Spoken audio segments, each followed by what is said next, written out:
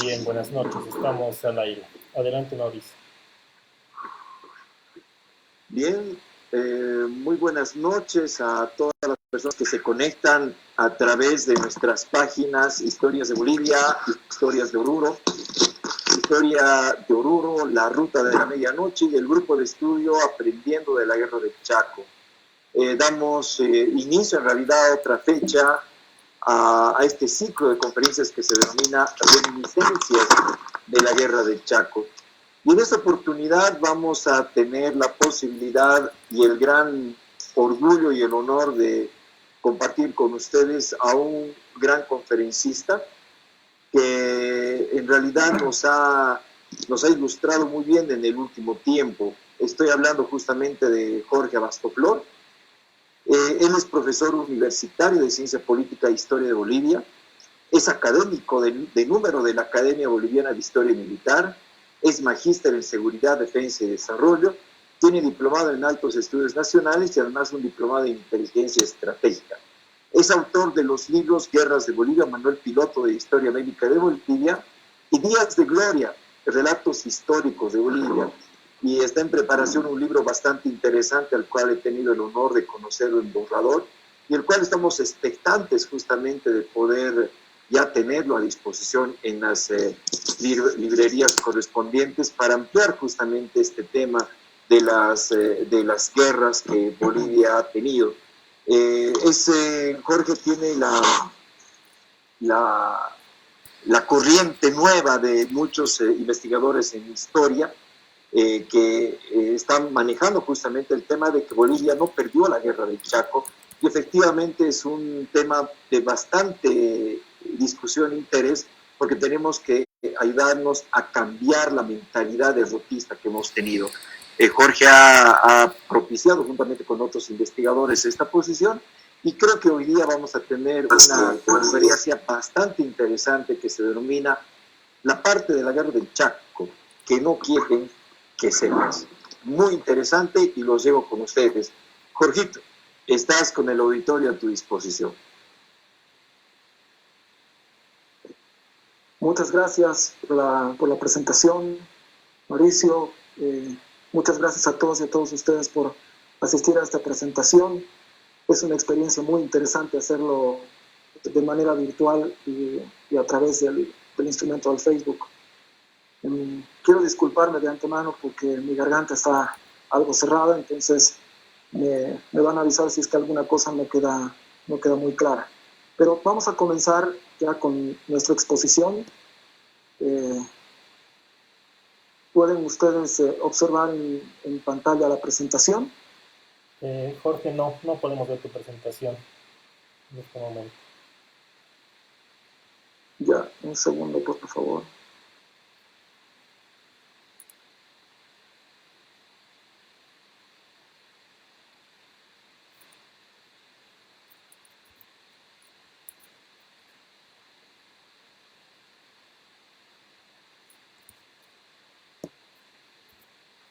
Ok. Estoy compartiendo, avísenme por favor.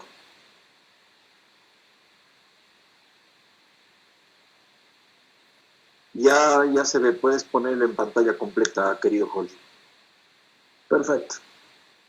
¿Se aprecia? Todavía no está en pantalla completa. Bien. Mientras va cargando la presentación, quiero... Ahora sí. Perfecto. Mientras decía que iba cargando la presentación, quería hacer algunas consideraciones iniciales. La Guerra del Chaco, que dura entre 1932 y 1935, es la guerra probablemente de la que se ha escrito más en nuestro país, inclusive más que de la Guerra del Pacífico. Lamentablemente, la línea que han tomado los escritos que se han dado acerca de la Guerra del Chaco han tomado una línea sociológica o una línea psicológica o se han internado en el ámbito de la poesía y lamentablemente nos hemos perdido en este mar de consideraciones del aspecto eminentemente histórico y eminentemente práctico de lo que sucedió en la Guerra del Chaco, y esto ha tenido consecuencias muy graves, porque obviamente cuando estamos hablando de temas psicológicos, sociológicos sobre todo cuando estamos hablando de la poesía, nos vamos a dar cuenta de que el énfasis siempre se da a los eventos que son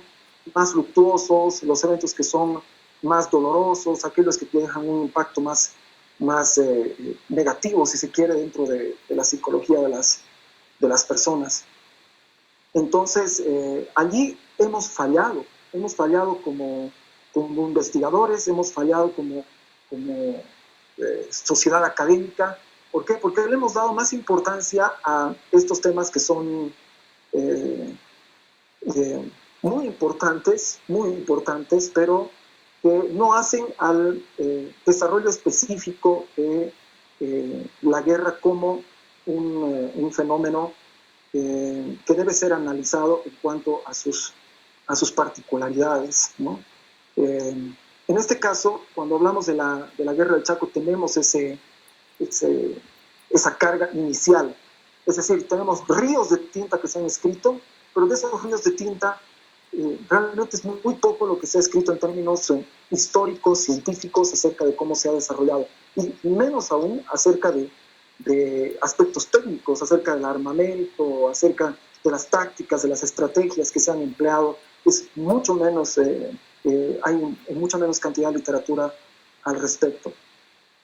Entonces tenemos una deuda muy grande con la historia y tenemos, por supuesto, una deuda muy grande con las bolivianas y los bolivianos, porque no podemos seguir dando rienda suelta a este tipo de comportamiento, a este tipo de análisis que le da más lugar al lloriqueo y más lugar a la autocompasión y a la autoflagelación que a los términos eminentemente técnicos, como decía antes.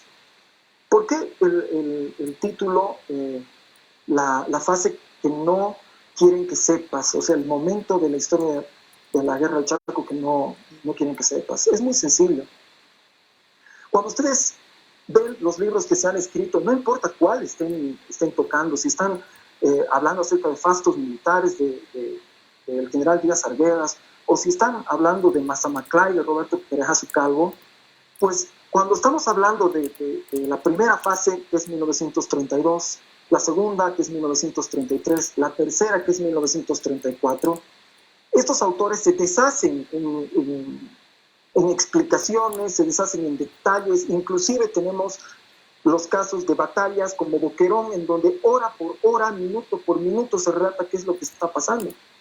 Pero cuando llegamos a la cuarta fase, nos encontramos con absolutamente lo contrario.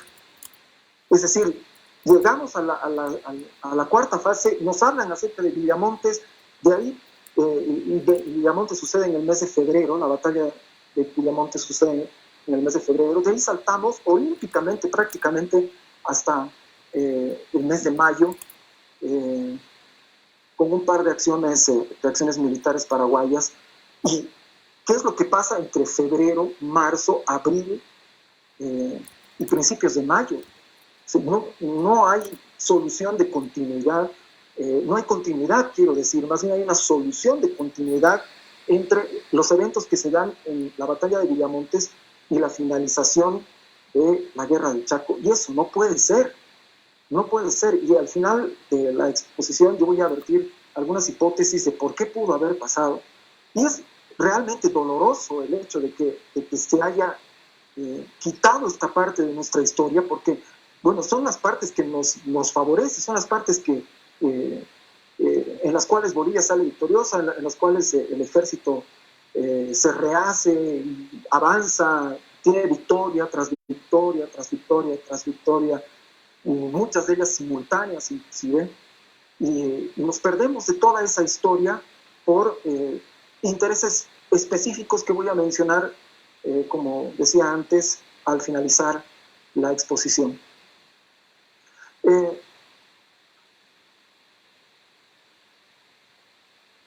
Muchas veces se confunde los términos. Por ejemplo, si ustedes entran a Wikipedia y ven la última parte de la guerra del Chaco, o directamente entran a la batalla de Villamontes, Ustedes van a apreciar que en esta página, que es una enciclopedia universal, supuestamente tiene datos, etcétera, nos dice que la batalla de Villamontes fueron las últimas acciones que se llevaron a cabo en la guerra del Chaco. Y esto, como les digo, sucedió en el mes de febrero. ¿Cómo puede ser? ¿Cómo puede ser que se le diga que son las últimas acciones a la batalla de Villamontes si todavía faltan meses para que se acabe la guerra? Y eso ya resulta sospechoso, y por supuesto que ustedes en este momento pueden entrar en la computadora Wikipedia, busquen batalla de Villamontes y ahí se van a dar cuenta de que es como si la batalla de Villamontes fuese lo último que pasó en la guerra del Chaco. Y no solo eso, hay historiadores bolivianos que dicen abiertamente que la batalla de Villamontes fue lo último que pasó en la guerra del Chaco. Y tenemos que terminar con esto porque a pesar de que la batalla de Villamontes fue gloriosa y la vamos a ver dentro de un momento, vamos a hablar acerca de algunos detalles de la batalla de Villamontes, hubieron otras acciones que desde mi punto de vista son más importantes que la batalla de Villamontes después. Y por supuesto entonces aquí surge la primera contradicción acerca de lo que es la cuarta fase de la guerra del Chaco.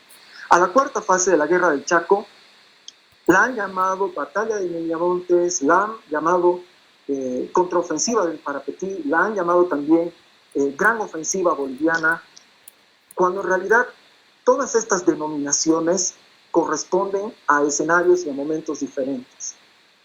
Vamos a comenzar, tenemos en este momento en la pantalla una imagen que nos muestra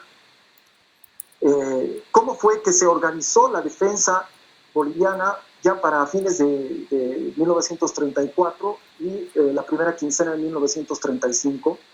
La línea defensiva boliviana estaba organizada y planteada sobre el río Pilcomayo en el sur, por la cordillera del Aguarahue en el centro y al norte por el río Parapetí. Lo que había hecho el ejército boliviano era establecer como nuestros aliados fundamentales en esta guerra, por primera vez durante toda la guerra, establecer al terreno como nuestro aliado. Mientras que en las tres fases anteriores el terreno resulta ser contrario a los intereses de Bolivia, más bien en la cuarta fase tenemos que el terreno es favorable, ¿no? En las otras tres fases es desfavorable, en la última fase es favorable. Y es una línea tremendamente grande que cubre un territorio que pasa por tres departamentos, desde el departamento de Tarija, en el sur extremo, además por el departamento de Chuquisaca, llega hasta el departamento de Santa Cruz.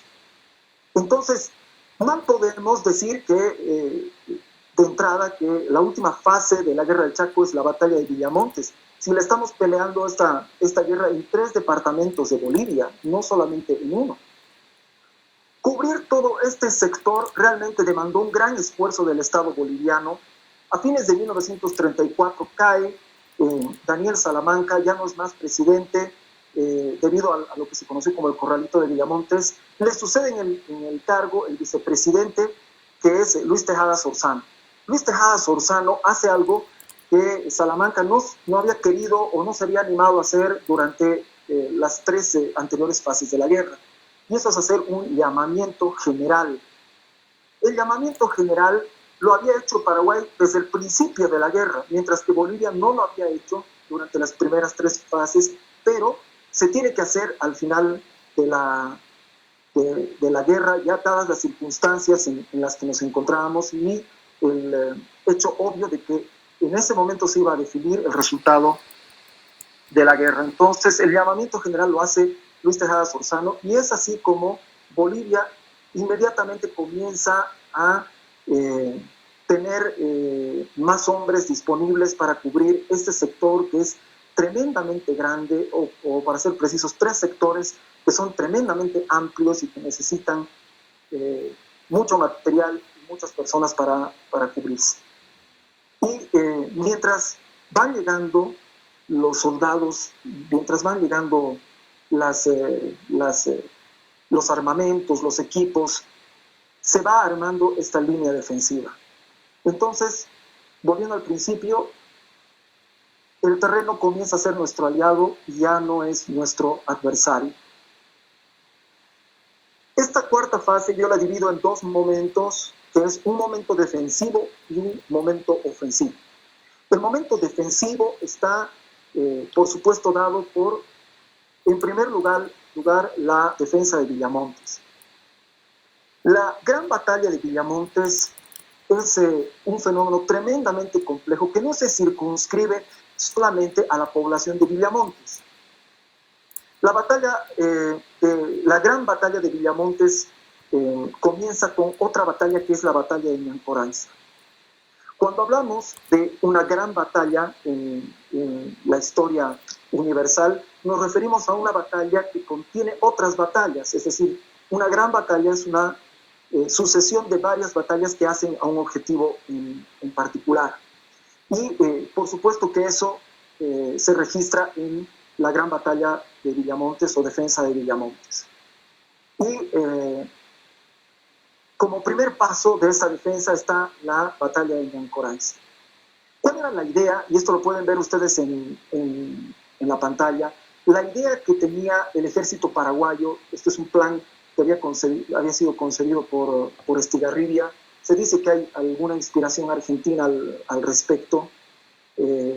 Estigarribia pensaba utilizar los 3 cuerpos de ejército que tenía a su disposición, que componían todo el ejército paraguayo, todos estos 3 cuerpos convergiendo dentro de o hacia Villamontes. El estilo paraguayo durante toda la guerra nos dice que no existen ataques frontales, sino que de lo que se trata siempre es de envolver al enemigo, de rodearlo y de aislarlo de sus líneas de abastecimiento y al final derrotarlo de esa manera. Villamontes no es la excepción a esa regla que se plantea en la guerra del Chaco. Entonces tenemos a un primer y tercer cuerpo de ejército que se lanzan hacia Villamontes para cerrar a los defensores de Villamontes, y tenemos a un segundo cuerpo de ejército, el segundo cuerpo de ejército paraguayo, que se lanza por Macharetí, que queda al norte de Villamontes, como pueden apreciar en su pantalla, queda al norte de Villamontes para, a través de ese lugar, atravesar la cordillera del Aguaragüe y descender hacia Villamontes para lograr el envolvimiento de la población. Entonces, se produce en este escenario la primera batalla de la gran batalla de Villamontes, que es la batalla de Ñancoranza. Precisamente por el sector de Ñancoranza, en donde ya existe un pozo petrolífero, ya existía en esa oportunidad, en ese tiempo, un pozo petrolífero, se lanza el ejército paraguayo por ahí para poder penetrar a través de este lugar la cordillera del Aguaragüe, pero es detenido por el regimiento manchego. La batalla de Ñancoranza dura 6 días, desde el 6 de febrero hasta el 12 de febrero, y al final termina con victoria boliviana. Es decir, el segundo cuerpo de ejército paraguayo no logra penetrar a través de la cordillera del Aguaragüe y finalmente bajar, como se tenía previsto, hacia Villamontes. Entonces no se produce el envolvimiento de Villamontes y Estigarribia no tiene otra alternativa que lanzarse en ataques frontales. Pero como decía desde el principio, la idea de inicio no era esa. La idea era, como siempre lo había hecho el ejército paraguayo, tratar de envolver al ejército boliviano o a las unidades del ejército boliviano y cortarles sus líneas de abastecimiento y derrotarlos de esa manera. Bien, entonces ahí se da el primer fracaso y es una primera gran victoria para Bolivia en esta fase, que es la batalla de Ñancoranza. Luego viene lo que vamos a llamar específicamente la gran batalla de Villamontes o primera batalla de Villamontes. Y como se van a dar cuenta a lo largo de esta narración, no existe una sola batalla de Villamontes, existen 2 y 3 batallas de Villamontes en distintos momentos. Y eso es algo que obviamente jamás nos dicen, nos hablan de la batalla de Villamontes y que eso duró hasta el final de la guerra, ¿no? Puede haber contribuido a la confusión precisamente el hecho de que no existe una, sino existen 3 batallas de Villamontes. Comienza entonces la primera batalla de Villamontes el 16 de enero y se va a extender hasta el 22 de febrero. Es una batalla tremendamente larga y es por eso también que le llamamos Gran Batalla de Villamontes. Es una batalla que se libra en un frente muy amplio, en donde el grueso del ejército boliviano se está defendiendo en contra del grueso del ejército paraguayo, el primer y tercer cuerpo del ejército paraguayo.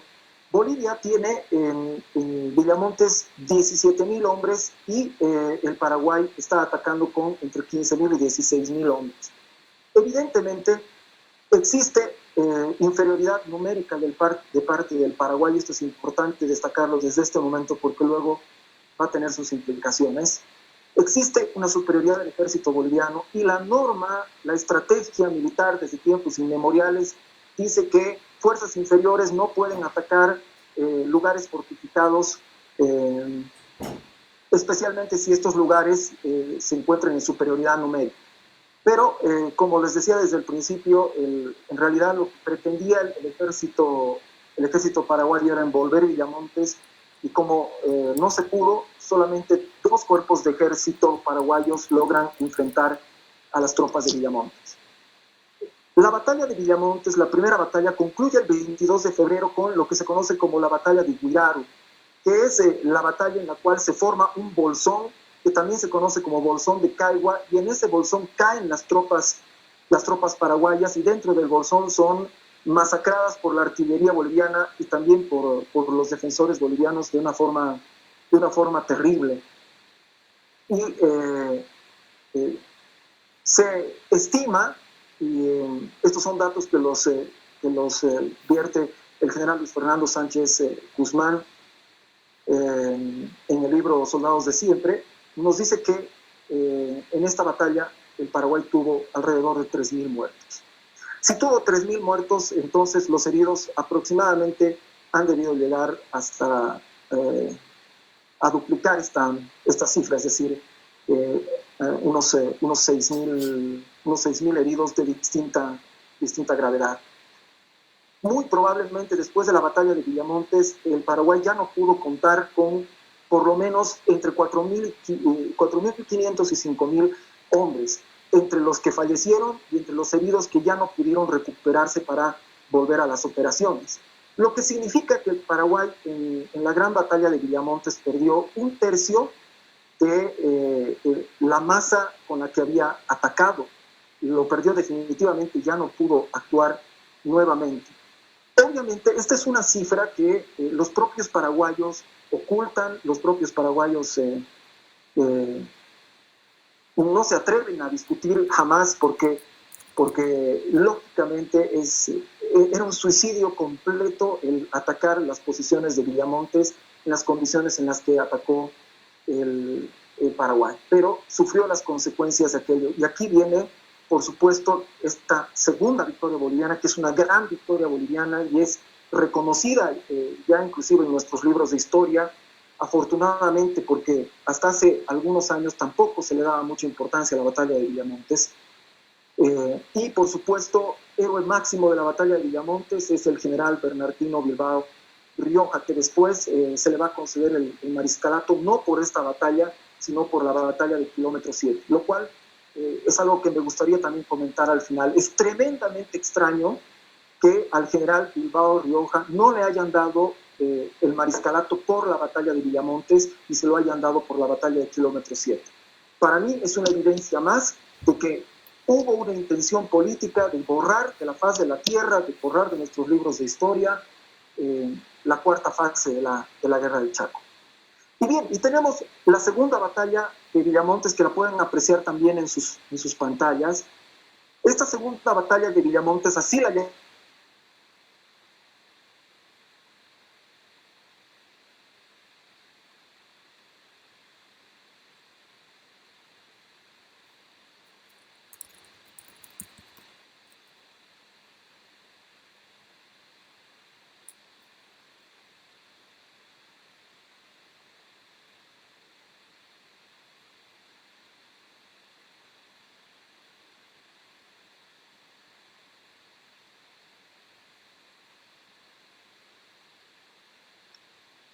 Jorgito, te vamos a pedir por favor que te conectes. Estamos teniendo un problema de conexión.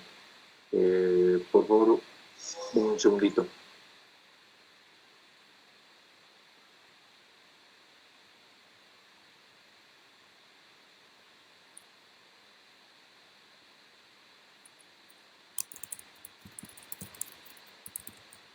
Jorge.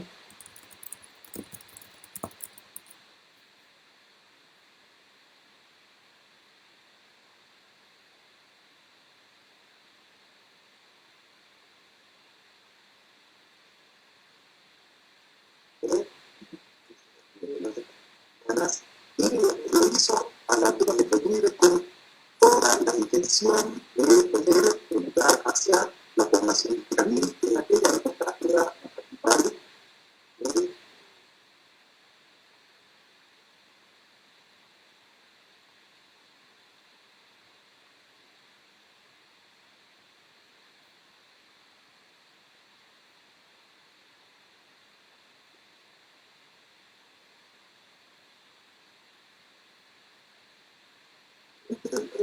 Esta fase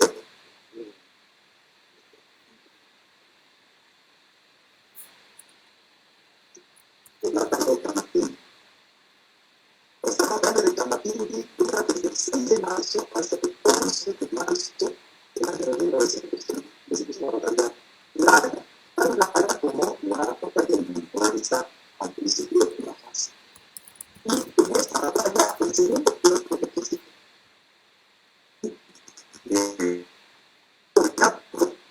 ganas una forma terrible de uso de la artillería.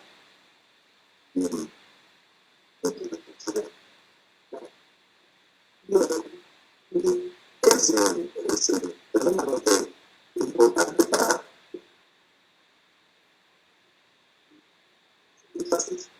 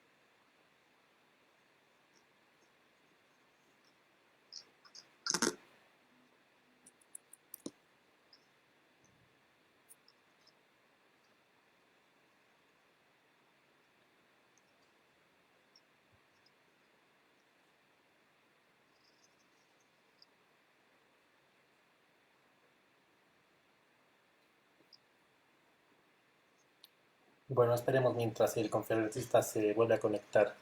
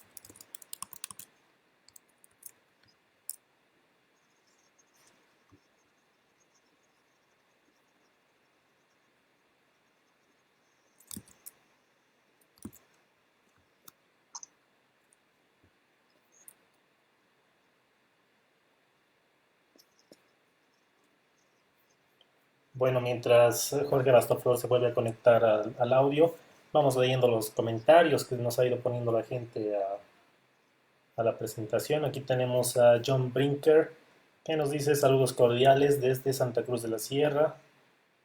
Tenemos luego a Cambaneto. Buenas noches, queridos compatriotas, y bienvenidos a los hermanos paraguayos. Sí, si nos están viendo desde Paraguay, saludos cordiales para ellos, para todos los amigos paraguayos que tenemos. Aquí tenemos también a Johnny Vargas Terceros. Buenas noches, atendo a esta conferencia que seguro será muy aclaradora de la realidad histórica. ¿Qué más tenemos? Aquí a Eric Portillo. Buenas noches desde La Paz. Ferdinand Río nos dice gracias y saludos cordiales a todos. Enriqueta Rodríguez Alarcón nos dice, ¿verdad que llevaron jóvenes de 14 años a la guerra? Bueno, de 14 años me parece muy niños. Podría, podría haberse dado el caso excepcional de que hayan ido tal vez como una travesura, que hay algunas historias, ¿no? de colegiales que sí se escaparon, pero Y en realidad, mi querido Dieguito, perdón porque te interrumpo, es para la mala creencia. sí, En realidad han habido, sí, niños, jóvenes, adolescentes que se han enlistado, pero muchos se han quedado en servicios en Villamontes, o sea, se han encargado de la distribución de combustible y otro tipo de situaciones. Tenemos, por ejemplo, el diario de Burbulla, que ha habido un joven de 14 años que ha estado en la última fase de la guerra, ¿no? Y algunos han logrado entrar hasta en algún momento. Algo irresponsable, la verdad. gracias Maurice. Bueno, sigamos con las preguntas mientras Jorge se reconecta. Aquí tenemos a Pablo Sarsuri Ibáñez, que dice, yo solo sé que la salida al mar y parte del Chaco lo perdimos por nuestros malos gobernantes y la falta de patriotismo. Bueno, ciertamente por malos gobernantes puede ser que hayamos perdido la salida al mar, no tanto durante la guerra como tal, sino por el Tratado de 1904. Es un tratado completamente lesivo. Pero en cuanto a la falta de patriotismo, me parece que no, personalmente discrepo. Ha habido mucho patriotismo de parte de la población, que sea tanto voluntarios que se han enrolado al ejército y la gente en general que ha dejado sus vidas del día a día para ir a pelear en esta guerra, ¿no? En la guerra del Chaco.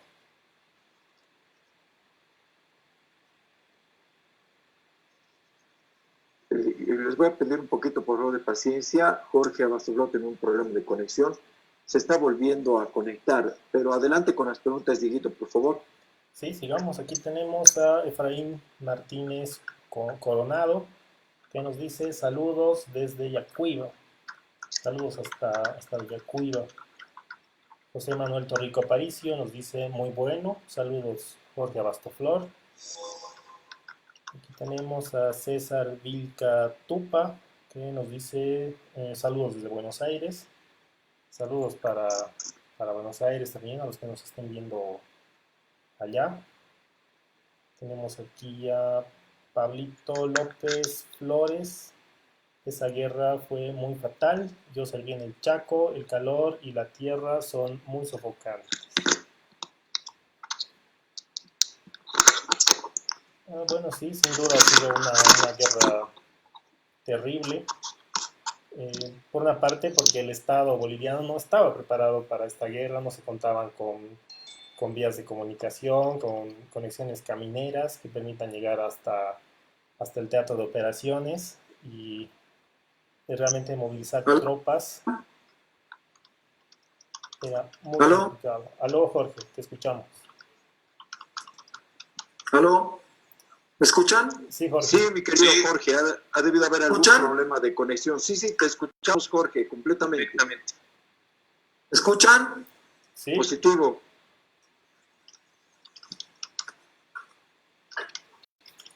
Te escuchamos, Jorgito. Está bien.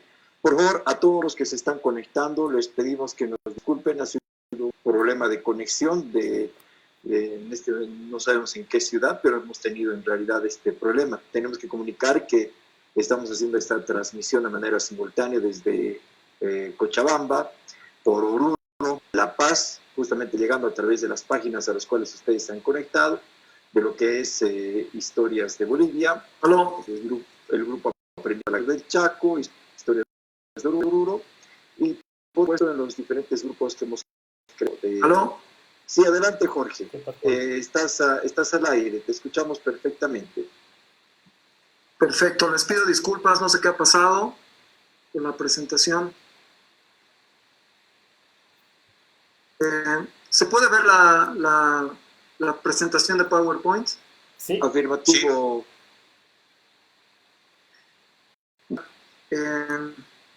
No me va a ser posible poner la cámara, entonces voy a seguir así, no hay ningún problema.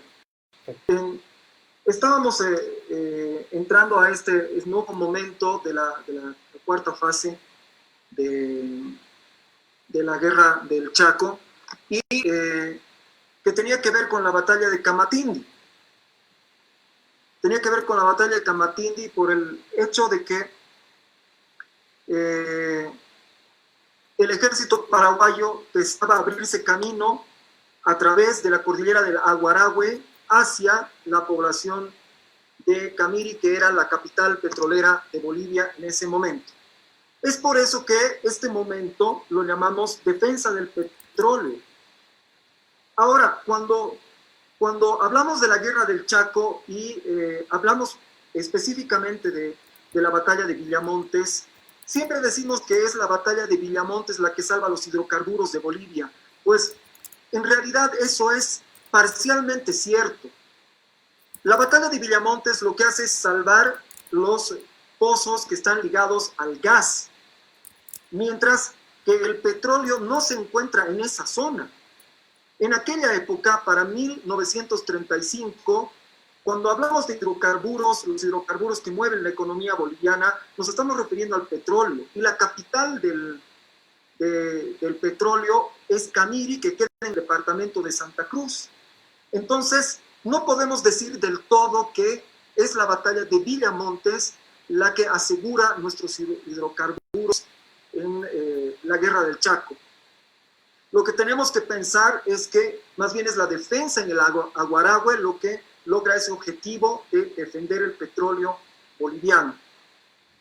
Y eso sucede magníficamente en la batalla de Camatindi entre el 6 y el 11 de marzo. Después de haber fracasado el ejército paraguayo al intentar tomar Villamontes, después de haber fracasado el ejército paraguayo en intentar vulnerar la cordillera del Aguarahue, lo que hace el ejército paraguayo a través de su segundo cuerpo de ejército es tratar de pasar, de llegar al Parapetí y pasar el Parapetí. Y eso se produce el 5 de abril. El 5 de abril de 1935, el ejército paraguayo pasa el río Parapetí y logra una de esas metas históricas que tenían en su mente los paraguayos desde hacía mucho tiempo. Les habían dicho sus gobernantes que la frontera norte del Paraguay era el Parapetí. Entonces esto fue realmente un momento apoteósico para los paraguayos. Sin embargo, ya vamos a ver cómo esto de repente no fue una buena idea para el Paraguay. Teniendo éxito al haber cruzado el río Parapetí, el segundo cuerpo de ejército paraguayo se dirigió hacia la población de Charagua. Y la población de Charagua tenía unas líneas de defensa que mientras avanzaba el ejército paraguayo iban cediendo, iban retrocediendo, hasta que el 17 de abril el ejército paraguayo entra en la población de Charagua. Ahora, este retroceso que van teniendo las defensas bolivianas ya estaba planificado desde antes y estaba también planificado que llegue el ejército paraguayo a Charagua. ¿Cuál es la explicación de dejar que el ejército paraguayo, el segundo cuerpo de ejército paraguayo, llegue hasta Charagua. Ahí ya llegamos al momento ofensivo de la cuarta fase de la Guerra del Chaco. Lo que sucede en este momento es la ofensiva general. Ya ha pasado la primera y la segunda batalla de Villamontes, ya ha pasado la defensa del Aguaragüe, todo ha resultado a favor de Bolivia, y aquí hay otro momento que es, desde mi punto de vista, el más importante de la cuarta fase, y por qué no el más importante de la Guerra del Chaco para Bolivia, y es el de la ofensiva general.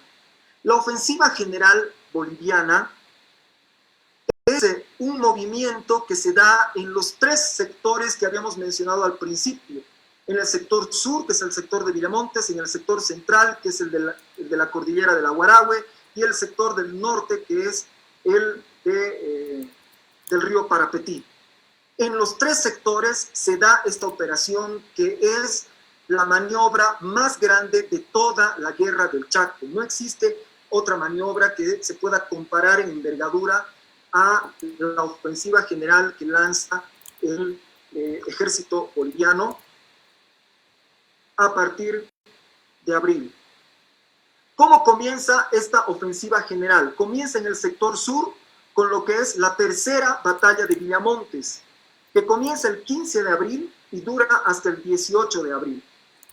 Es decir, dura hasta un día después de que se ha tomado la población de Charagua. La intención inicial es la de aferrar al primer y al tercer cuerpo de ejército paraguayo en Villamontes para que no puedan asistir, no puedan ayudar al segundo cuerpo de ejército que se encuentra en el sector del Parapetí.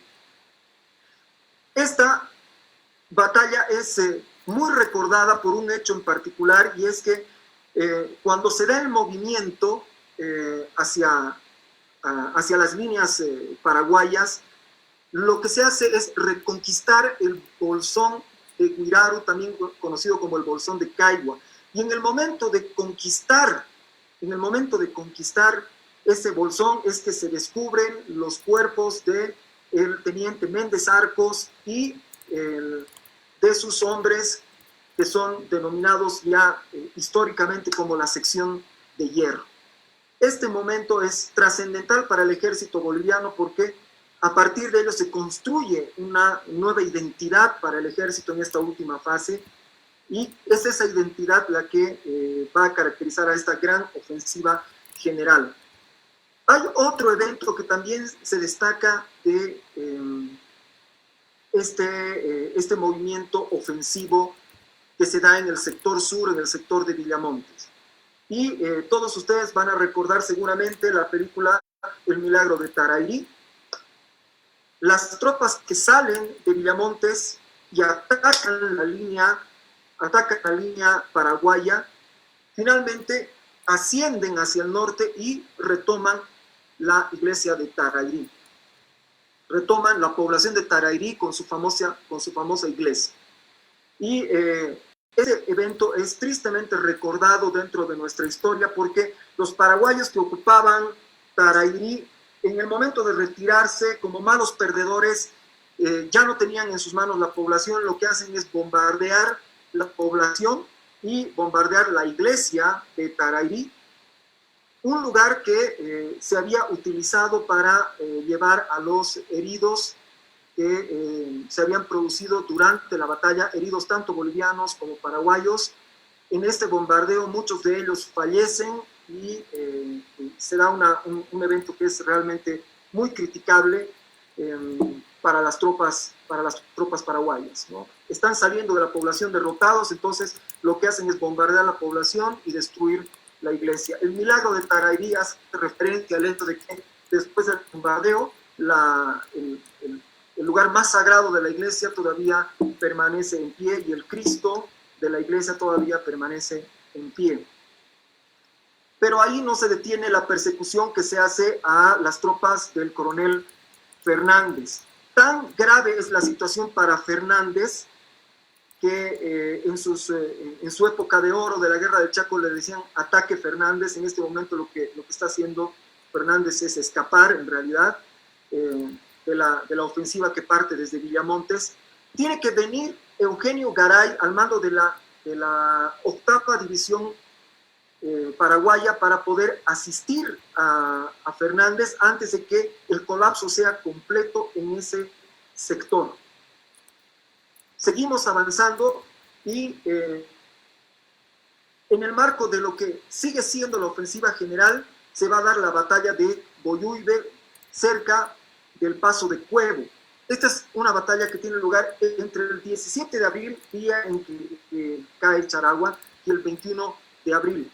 Aquí es muy recordada la actuación del regimiento Warnes, que en el primer golpe, saliendo de la quebrada de Cuevo, rompe absolutamente la línea paraguaya y a partir de ese momento hay una persecución incesante del ejército paraguayo hasta la población de Boyuibe.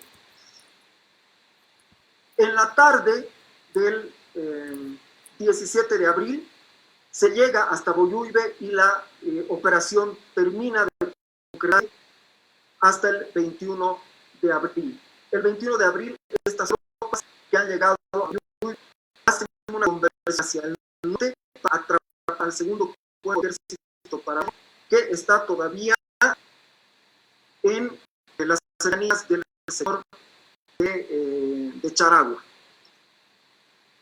Seguimos con la ofensiva general. Ya hemos hablado de lo que pasó en el sector sur, en Villamontes, hemos hablado de lo que pasó en el sector que es el Aguarahue, ahora vamos a hablar de lo que pasa en el norte, que es específicamente la zona de Charagua. Lo que sucede es que hay un avance paulatino de las tropas bolivianas que se da hasta el 26 de abril, tomando la retaguardia profunda del segundo cuerpo de ejército paraguayo que se encontraba en Charagua. Esta retaguardia se encontraba en la población de Itaguazurenda, se toma la población de Itaguazurenda y el segundo cuerpo de ejército paraguayo se queda semi-encerrado en el norte y a partir de ese momento se da una carrera para llegar hasta el río Parapetí. El ejército paraguayo tiene que extremar recursos para poder alcanzar las riberas del río Parapetí. En la pantalla ustedes pueden apreciar un texto, una imagen de un texto que es muy importante que se llama La contraofensiva del Parapetí, que es del oficial Pablo Barrientos Gutiérrez. Y aquí ustedes se van a dar cuenta de cómo después de la toma de Charagua viene una carrera que es tremenda, el ejército paraguayo retrocediendo como puede y el ejército boliviano persiguiéndolo permanentemente, hostigándolo, tomando prisioneros a los soldados que quedan rezagados, enfrentándose a las cortinas, a estas pequeñas cantidades de tropas que se colocan para retrasar el avance de un enemigo. Venciendo todas estas cortinas se da una carrera que es meteórica desde el Parapetí hasta la población de Huirapitín. En el marco de esta progresión boliviana se produce la batalla de Candití entre el 24 de abril y entre el 22 y el 24 de abril, en el cual se produce el cerco a la octava división de Eugenio Garay, que iba a asistir, como les he dicho antes, a la división de ataque Fernández, y se logra encerrar una sola división boliviana, que es la séptima división, encierra a la división paraguaya de Garay y la tiene encerrada durante algo más de 48 horas. Finalmente, la octava división paraguaya logra salir del cerco, pero en lo que va saliendo se va desgarrando toda la división y al final, para el 29 de abril, las tropas paraguayas han perdido 1000 combatientes que han fallecido y se han capturado unos 600 prisioneros. calculen ustedes el número de heridos, que normalmente la cantidad es de 3-1 con respecto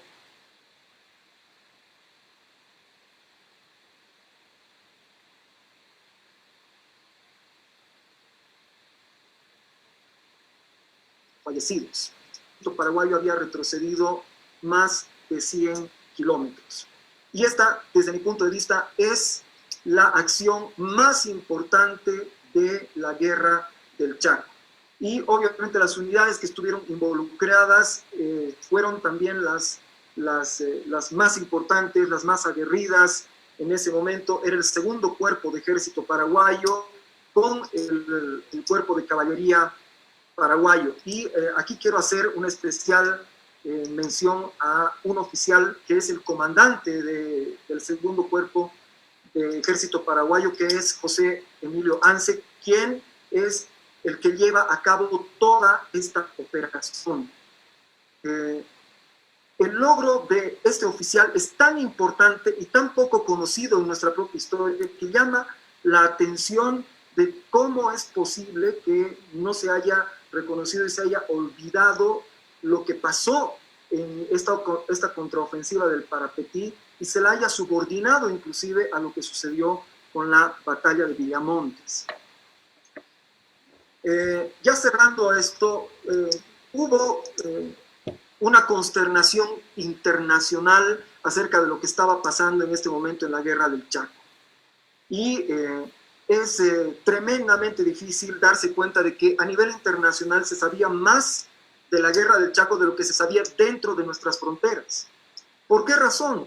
Porque las radios argentinas habían hecho un excelente trabajo a favor del Paraguay, llevando información falsa acerca de cómo se estaban desenvolviendo las operaciones en esta cuarta fase de la guerra del Chaco, como lo hicieron durante toda la guerra del Chaco. Entonces, todos estos éxitos que estaba teniendo el ejército boliviano no se reproducían con la misma intensidad en esas radios argentinas que eran muy escuchadas por la población boliviana, no se escuchaban con la misma intensidad que los éxitos que había tenido el ejército paraguayo anteriormente. Y este conocimiento internacional acerca de la verdadera situación de la guerra del Chaco conduce a que Bolivia sea tremendamente presionada a nivel internacional para firmar la paz, para detenerse en ese momento, porque el desastre paraguayo ya es inminente. El 30 de mayo se produce una reacción paraguaya que, de la cual se habla mucho en la bibliografía paraguaya, pero también extrañamente en la bibliografía boliviana. Y está el ataque a Mandellapecua de parte del ejército paraguayo y está el ataque a Pozo del Tigre. Magnificados ambos eventos hasta el cansancio. Inclusive se llega a decir que estas son medidas de efecto para hacer que la diplomacia boliviana que está negociando en la Argentina tenga miedo de que el Paraguay puede seguir en ofensiva, puede seguir avanzando, lo cual es obviamente imposible. El Paraguay ha sido derrotado en todas partes del frente de batalla, ha sido derrotado en el sur, en Villamontes, ha sido derrotado en el Aguaragua, ha sido derrotado en Charagua, ha sido derrotado en el Parapetí, ha sido derrotado después cruzando el río Parapetí, en Cambeití.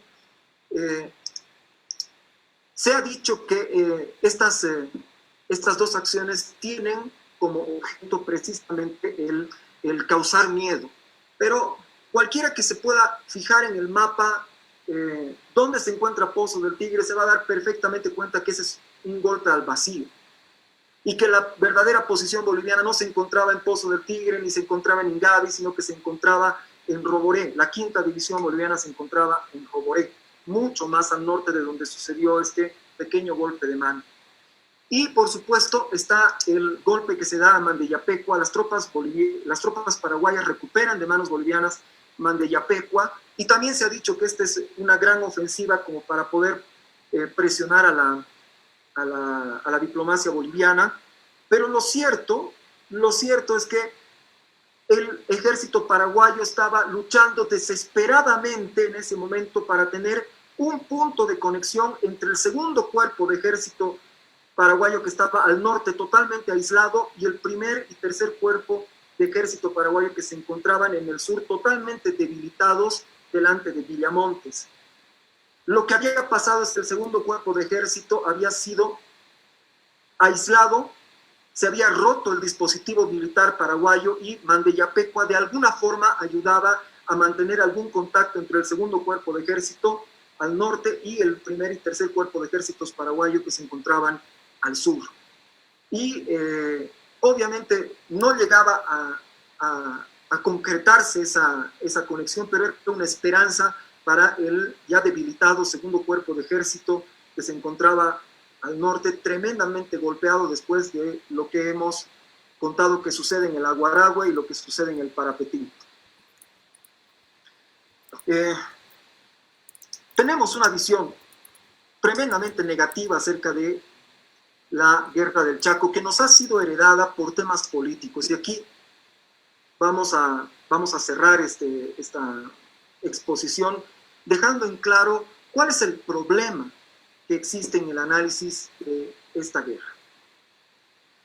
El problema es que el nacionalismo revolucionario, y con nacionalismo revolucionario no solamente me refiero al MNR, sino a todos los partidos que comulgaban con esa ideología, el PIR, el POR, entre otros, el nacionalismo revolucionario necesitaba urgentemente que la guerra del Chaco fuese considerada una derrota total del ejército boliviano para poder decir que la élite boliviana había sido derrotada en la guerra del Chaco y que el ejército boliviano había sido derrotado en la guerra del Chaco y por eso se justificaba la revolución de 1952. Incluso así se justificaba la eliminación del ejército boliviano, como evidentemente sucedió después de la revolución del 52, donde fue sustituido por milicias populares con trágica memoria para nuestra historia.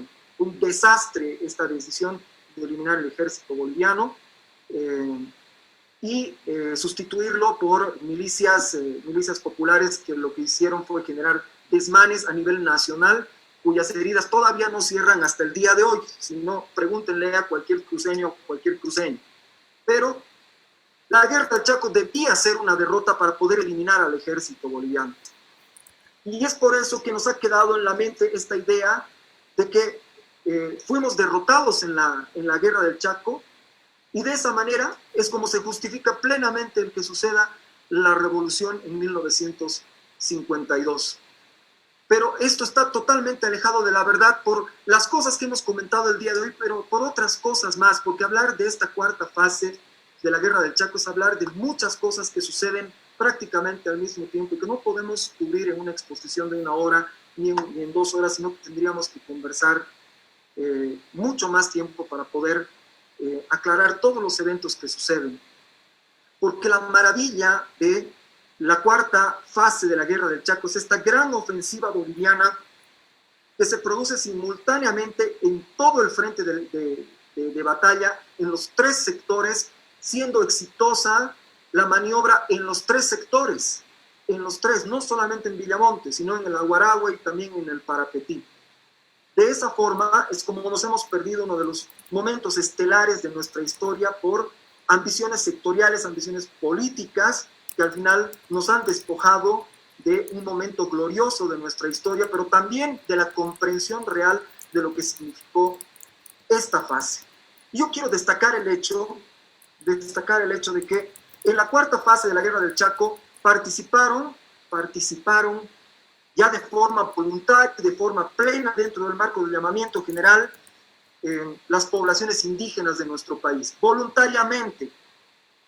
Y la narrativa actualmente nos dice que fueron recogidos, humillados y llevados como carne de cañón. Nada más alejado de la verdad. En la cuarta fase de la guerra del Chaco fueron las poblaciones indígenas orgullosas a la guerra y a ellas se les debe en gran parte la victoria que tuvo en Bolivia en la cuarta fase de la guerra del Chaco. La cuarta fase de la guerra del Chaco no es solamente Villamontes.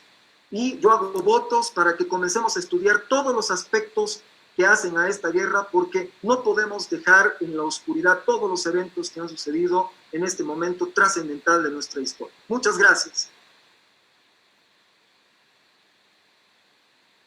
Excelente, mi querido Jorge, realmente una presentación muy interesante que va a generar y está abriendo en realidad el debate a la gente que ya está preguntando en realidad a través de las páginas que hemos habilitado.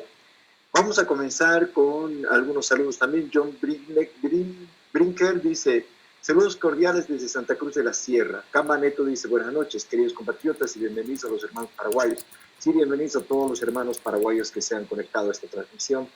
Pues Johnny Vargas dice, Johnny Vargas terceros, buenas noches, atento a esta conferencia que seguro será muy aclaradora de la realidad histórica.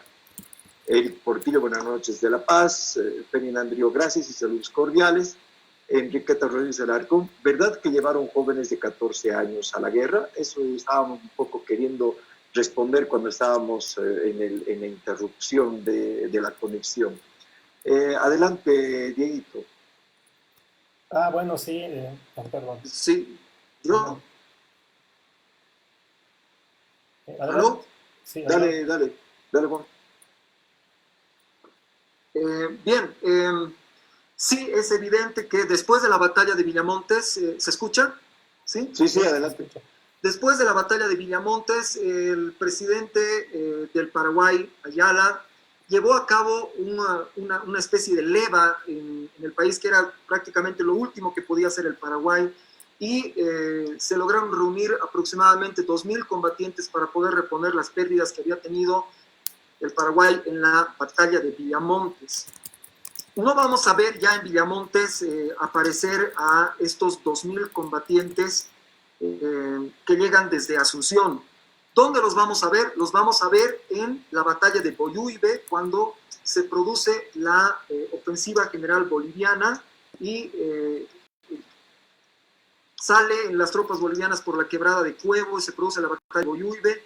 Y ahí vamos a tener el relato tanto de soldados bolivianos como de paraguayos, del hecho de que fallecieron y se encontraron cadáveres de muchos jóvenes que inclusive eran menores de 15 años, ¿no? Ahí es donde ya se puede ver la tragedia de un país que ha sido llevado al extremo de su capacidad de movilización, que ha hecho una movilización general desde el principio y que en ese momento ya prácticamente no tiene combatientes veteranos para enfrentar la guerra, y lo que está haciendo es enviar a sus adolescentes a pelear las últimas batallas, o lo que creen que serán las últimas batallas. En la batalla de Boyuibe inclusive, esto es bien recogido y se lo compara dentro de la literatura paraguaya, se lo compara con lo que sucedió en Cerro Corá, en la guerra de la Triple Alianza, que libra el Paraguay en la década del 60 del siglo XIX.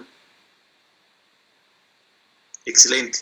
Bien, Sonia Castro Escalante nos dice, señores administradores, no se sientan incómodos por las dificultades técnicas que se les presentan, pues la calidad de las disertaciones supera mucho cualquier inconveniente. Adelante. Después tenemos a Oscar Azcárraga Esquivel, que nos dice, el Chaco es un lugar sumamente... Las zonas que llegan a implementar el lobby de agua. Y partidas que nos dice, no perdimos la guerra del Chaco.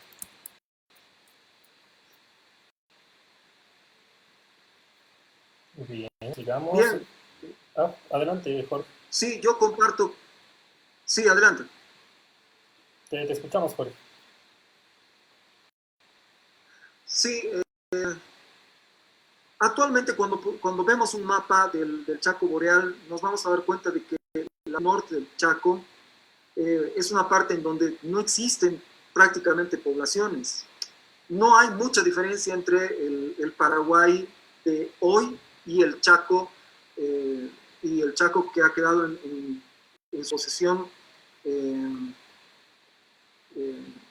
No existe diferencia, no se han construido poblaciones, no hay poblaciones que tengan éxito. En ese sentido, podemos decir que el Paraguay hizo un esfuerzo extremo al final de la guerra, que tenía que ver con la conquista de la zona petrolífera de Bolivia, como ya lo hemos visto, pero al no poder hacerlo, entonces se abocó a la conservación de cierto territorio que en la actualidad obviamente no produce lo que produce la tierra boliviana. Ahora, yo aquí quiero resaltar un aspecto que es muy importante. Tanto Bolivia como Paraguay, antes de la Guerra del Chaco, se adjudican totalmente el Chaco Boreal, cuando ya en la actualidad que ninguno de los dos países había avanzado demasiado dentro del Chaco antes de la Guerra del Chaco.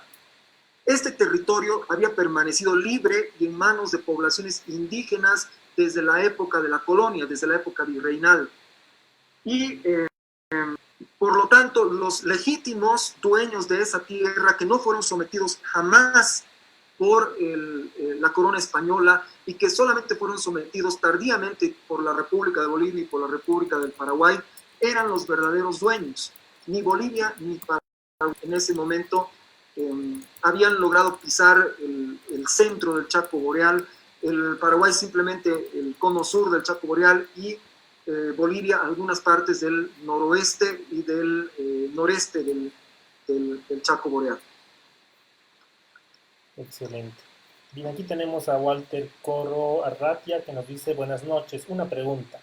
¿El por qué el ejército boliviano no se preparó desde el principio como para esta cuarta fase, o por lo menos hacer una movilización total en un corto tiempo? Un saludo. Sí, ¿me pueden repetir la pregunta? Claro, el por qué el ejército boliviano no se preparó desde el principio como esta cuarta fase, o por lo menos hacer una movilización total en un corto tiempo.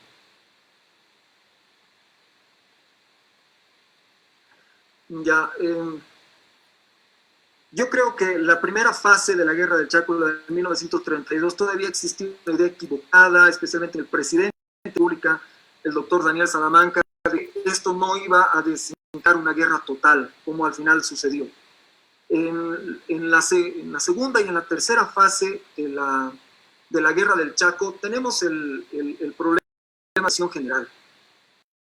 Ni el presidente ni los comandantes se animaron a hacer esta movilización general y ello obviamente influyó en el resultado. Bolivia recién se equipara en número de tropas, eso es muy importante recordarlo, recién se equipara al Paraguay en número de tropas en la segunda parte de la tercera fase, es decir, en 1934.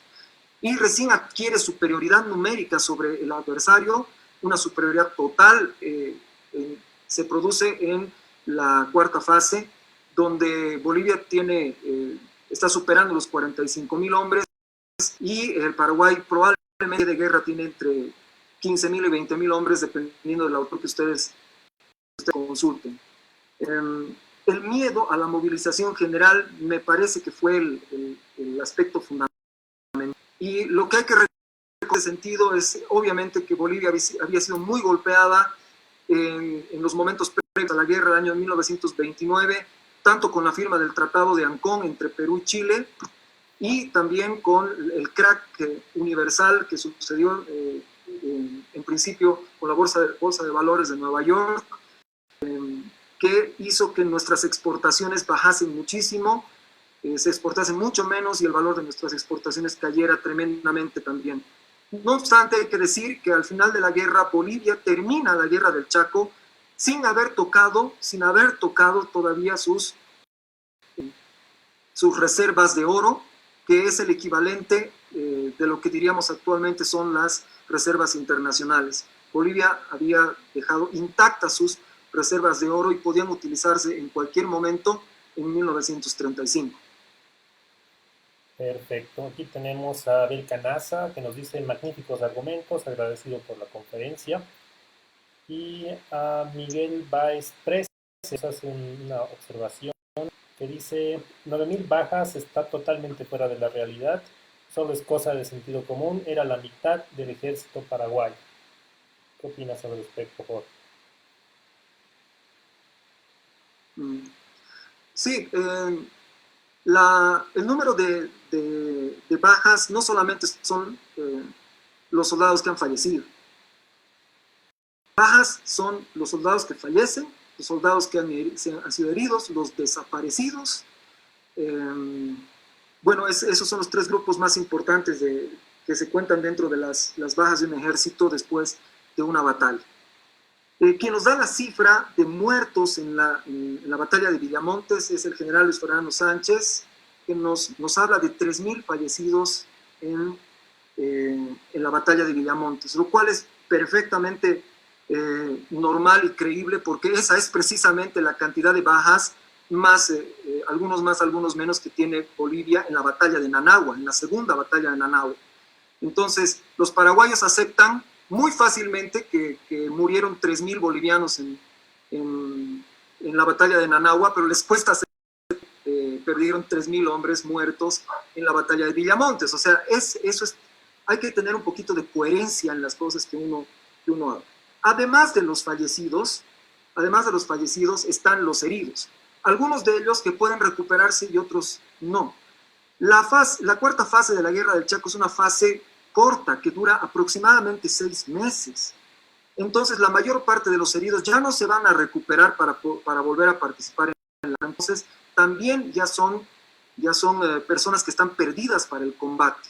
Y por supuesto están los desaparecidos, personas que escapan, personas cuyos cuerpos no son hallados después del combate, ¿no? Y todo ello normalmente se cifra en 3-1. En cualquier conflicto internacional, un cálculo inicial, antes de que se haga el recuento oficial, nos dice que por cada fallecido debemos contar aproximadamente 3 bajas de otro tipo.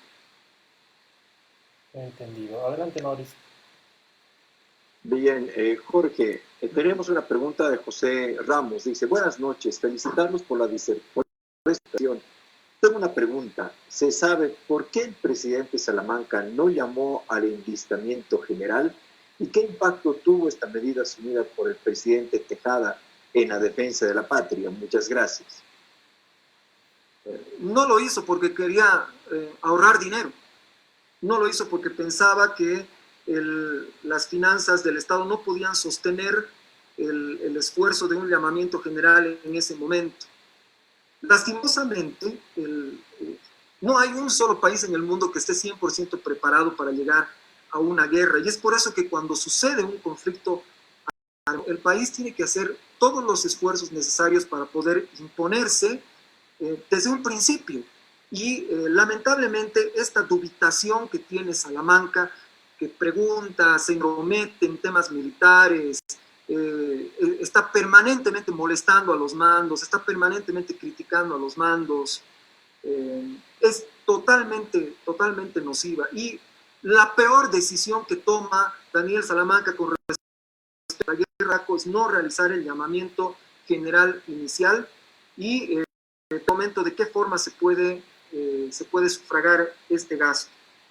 Si se hubiese producido el llamamiento general desde el principio de la guerra, probablemente el conflicto no se hubiese extendido más allá de 1934 y la superioridad boliviana hubiese sido notoria ya desde la segunda fase de la Guerra del Chaco. Desde mi punto de vista, es la peor decisión que toma Salamanca. ¿Por qué? Porque está primero mirándose el bolsillo antes de mirar que vidas perdiendo insulsamente en la segunda fase de la Guerra del Chaco, realmente de forma insulsa, y hacer los esfuerzos que haya que hacer en ese momento para poder atender los intereses de la patria.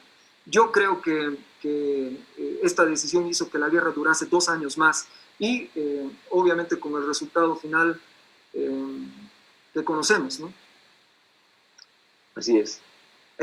Jorge, envían saludos. Ariel Ceballos dice, saludos desde La Paz, gran exposición. Edmundo Espinosa Vaca, buenas noches desde Guayaramerí. Juan, adelante. Bien, tenemos 3 comentarios. Águila G. Mauricio nos dice, saludos desde Chicago. Muy interesante la batalla de Villamontes. Bueno, tal vez aclarar que no era el tema principal, la batalla de Villamontes.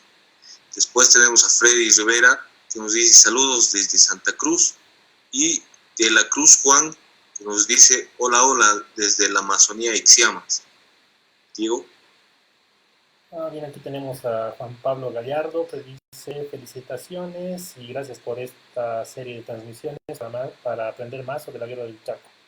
Saludos a mi querido amigo Juan Pablo Gallardo. Después Miguel Salas nos dice, nos pregunta, ¿el ejército paraguayo logró llegar a Camiri? Jorge. Sí, primero quiero devolver los saludos a los compatriotas y las compatriotas que nos están mirando desde el interior de Bolivia, desde el exterior de Bolivia. Decirles que es un gusto poder conversar con ustedes. Realmente hay que aplaudir la iniciativa de poder realizar estas conferencias porque realmente nos unen en torno a la discusión de temas que son importantes, que no son temas cotidianos, son temas realmente importantes. Referente a la pregunta que se hace acerca de Camiri, Camiri no fue alcanzada. Franco hizo por lo menos 2 intentos de poder vulnerar la cordillera del Aguarahue, lo cual hubiese desembocado cualquiera de ellos en la ocupación de Camiri. Lo hizo la primera vez en la batalla de Ñancoraiza, un poco antes de la gran batalla de Villamontes, y lo intentó nuevamente después en lo que se conoce como la batalla de Camatindi. En ambas oportunidades el ejército paraguayo fue duramente golpeado y el comando paraguayo, específicamente Estigarribia, trata de ocultar el gran fracaso que ha tenido el ejército paraguayo, diciendo que sus tropas no conocían el terreno, que no conocían las montañas, lo cual en parte es cierto, porque existen relatos de cómo los combatientes paraguayos se despeñaban en el momento de escalar las montañas, y esos cuerpos hasta el día de hoy no han sido encontrados, siguen todavía en el Aguarahue, esperando seguramente cristiana sepultura. Pero además estaba el hecho de que Bolivia se había preparado muy bien, y en este momento es también el segundo cuerpo de ejército boliviano el que se encarga de la defensa del Aguarahue, así como después se va a encargar de la contraofensiva del Parapetí. Es el segundo cuerpo de ejército boliviano el que se encarga de la defensa, y desarrollan nuevas técnicas, nuevas tácticas de combate. Una de ellas, por ejemplo, era trasladar las piezas de artillería a las montañas más altas y desde allí bombardear al ejército paraguayo que trataba de vulnerar la cordillera, lo cual tenía un efecto devastador que era muy parecido al de un bombardeo aéreo.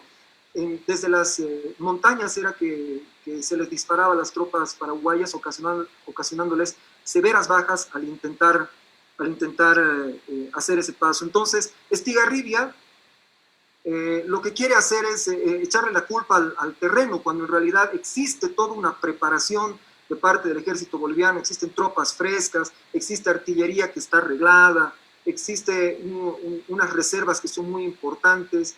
En Ñancoraiza es tremendamente definitivo el hecho de que las reservas del segundo cuerpo de ejército, enviadas por el que es en ese momento el general Quintanilla, logran sostener la población en el momento en el que parecía que su caída era inminente. Existen una serie de factores en los cuales no se hace la consideración. Al final, Estigarribia, por supuesto, retasea su alabanza al ejército boliviano por tratar de salvar, en este caso, el honor del ejército paraguayo y específicamente el honor de Franco, que iba de fracaso en fracaso en fracaso en la última fase de la guerra del Chaco. Perfecto. Osvaldo Michel nos pregunta, ¿nos jugaron en contra las alianzas de los otros países en contra de Bolivia para armar a Paraguay?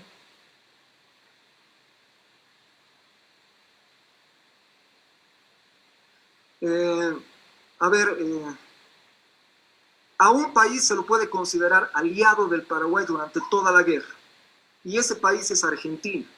Argentina hace de todo, desde la logística hasta la planificación, e inclusive en el equipamiento del ejército paraguayo. Y Argentina de esa época no es la Argentina de ahora. La Argentina de esa época es la séptima potencia del mundo. Es la séptima potencia del mundo. Entonces, las capacidades que tiene son tremendamente importantes. Ese es el principal aliado que tiene el Paraguay en este momento. Aunque no hay que descartar nunca, por ejemplo, la acción del Uruguay en ciertos aspectos, ni la actuación de los neutrales, que lo que tratan de hacer es salvar al Paraguay de un casi seguro aniquilamiento al final de la guerra del Chaco, ¿no?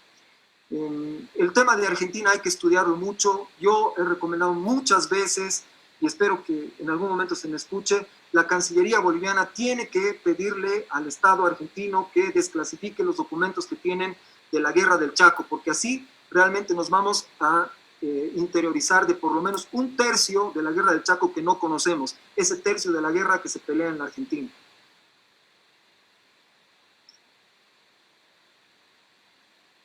Bien, Daniel Flores Verástegui dice, sería interesante que la tesis del historiador Abastoflor sea publicada y difundida y dejarnos de tener lástima por los resultados de una guerra que finalmente nos dio la riqueza petrolera, y eso es tangible.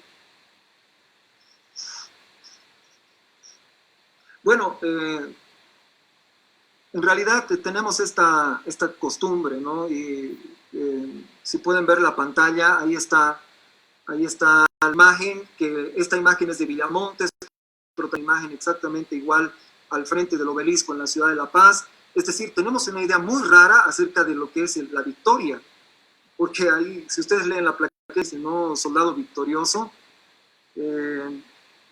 ¿Quién sabe a qué se debe esto en lo profundo de la psicología? Pero hay un interés político de creer que hemos perdido todo.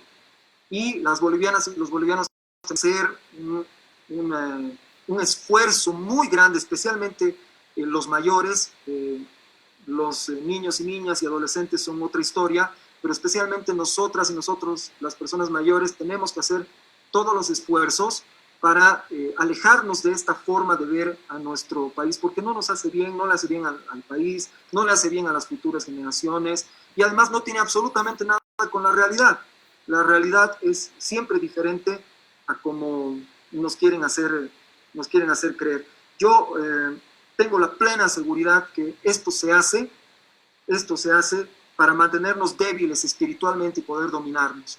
Un pueblo que se siente derrotado es fácilmente dominable. Entonces, a esto tenemos que resistir profundamente. Gracias, Jorge. Eduard Mejía Zárate, desde Villamonte, saludos cordiales. Comentarles, el que quiera profundizar esta parte de la historia, se tiene recorridos turísticos a las trincheras reales del Bolsón de Caigua, donde se inmola nuestro héroe de la guerra, Méndez Arcos. Efectivamente, Villamonte es historia viva del tema de la guerra del Chaco. Pedro Cantuta Goitia dice, buenas noches, sería interesante pasar estas conferencias grabadas por algún medio digital, Google Drive, por ejemplo. De antemano, felicitarlos por estas videoconferencias. Efectivamente, las conferencias están a disposición en las páginas que ya las hemos comentado, y estamos viendo la posibilidad de hacer alguna publicación. Adelante, Juan. Bien, después tenemos a Mónica Alejandra Vargas, que nos dice, saludos desde Camiri, muy clara la expresión. Paulino Chinche nos manda saludos y nos dice que sus saludos son desde la ciudad del Alto.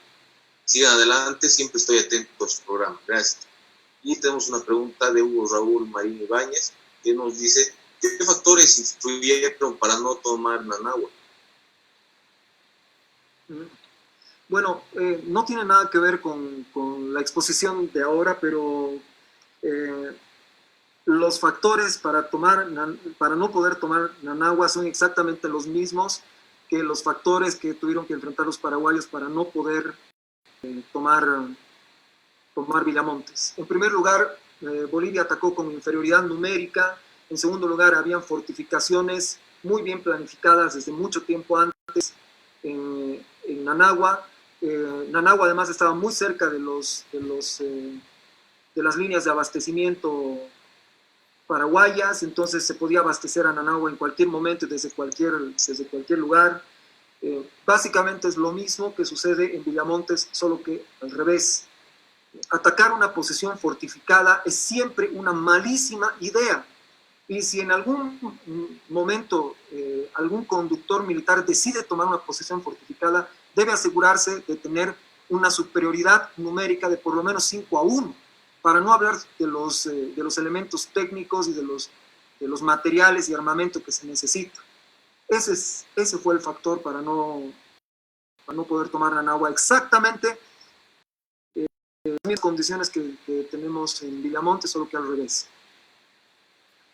Y bueno, adicionalmente quiero aumentar también, como he demostrado en mi conferencia, que las comunicaciones bolivianas para todos los preparativos de Nanagua intervenidas, entonces Paraguay podía fortificarse aún más, conociendo todos los planes que tenía Bolivia para atacar. Aquí tenemos a Iván Bacho, que nos dice: el soldado boliviano es aguerrido, son los del alto mando, los vendidos en las dos guerras más importantes de Bolivia. Tenemos también a Leonardo Hernández, que nos dice: que yo sepa... Sí, sí, oh, quisiera hacer una observación, por favor. Adelante. Sí. Adelante. Hacer una observación acerca del tema del alto mando. Es también una afirmación que se hace constantemente, el hecho de acusar a los mandos bolivianos de los fracasos que se produjeron en la guerra del Chaco. Y por supuesto que esto tiene sus altos y sus bajos. No es ni blanco ni negro. Existen lugares grises que debemos analizar para poder ver la luz. ¿A qué me quiero referir? Por ejemplo, se lo acusa a Peñaranda de ser un mal comandante. Se lo acusa a Toro de ser un mal comandante, sobre todo por lo que sucedió en Picuiba. Se los acusa de conspirar en contra del presidente Daniel Salamanca, etc. Pero, a ver, solamente para hablar de estos dos personajes que son los más atacados, yo les quiero decir, la razón por la que son así de atacados fue porque después fueron presidentes de Bolivia. Y en el momento en el que un mando se mete a la política, inmediatamente se convierte en sujeto de crítica descarnada de parte de sus enemigos políticos. Peñaranda, para comenzar, logró salir de Campo Vía. Logró salir de Campo Vía con más de 3.500 soldados. Cuando hablamos del desastre de Campo Vía, muy rara vez mencionamos el hecho de que Peñaranda fue capaz de sacar toda una división de dentro de Campo Vía. Eso lo convierte en un excelente comandante táctico. Después Peñaranda va a ser fundamental para poder planificar la gran ofensiva boliviana y la contraofensiva del Parapetí, ya siendo comandante en jefe del ejército. Cuando hablamos de Toro, siempre nos referimos a Picuiba y al desastre de Picuiba, pero nadie recuerda cómo sucedió la defensa de Carandaití y la contraofensiva de Carandaití. Es extraño que también eso haya desaparecido de nuestra historia, porque es evidente que el cuerpo de caballería que estaba comandado por Toro, al final quedó colgado en Picuiba, pero quedó colgado después de haber triunfado en 4 batallas, incluyendo Carandaití y Algodonal, pero nadie dice absolutamente nada de estos aspectos. O sea, lo que pasa es que tenemos que dejar de ver a la historia como si estuviese interpretada por ángeles o por demonios. Estas son personas que cometen errores y que tienen... Plantéense ustedes nada más el hecho de que Estigarribia hubiese sido destituido después de Boquerón, después del enorme fracaso que tiene Estigarribia en Boquerón. Es un error, pero trágico el que comete Estigarribia en Boquerón, y sin embargo el poder político y el presidente le dan todo su apoyo, a pesar de que después inclusive va a cometer otros errores más, incluyendo Kilómetro 7. Pero el poder político y la ciudadanía le dan su apoyo a ese comandante fracasado en principio, que estuvo a punto de ser destituido, y al final ese mismo comandante va a obtener otras victorias muy importantes para su ejército. Entonces, ahí tenemos que mejorar nuestro análisis, afinarlo un poquito. Perfecto, Jorge. Aquí Jorge Ramos, existe un libro que se llama Héroes. Es la historia de un grupo de niños, adolescentes que eran de la población de Zacaca. En este libro indica que el ejército obligaba a las poblaciones a entregar a sus hijos para ir a la guerra. Los padres ocultaban a sus hijos y cuando estos niños adolescentes se escapaban, eran fusilados. Sus edades eran de 14, 15 y 16 años.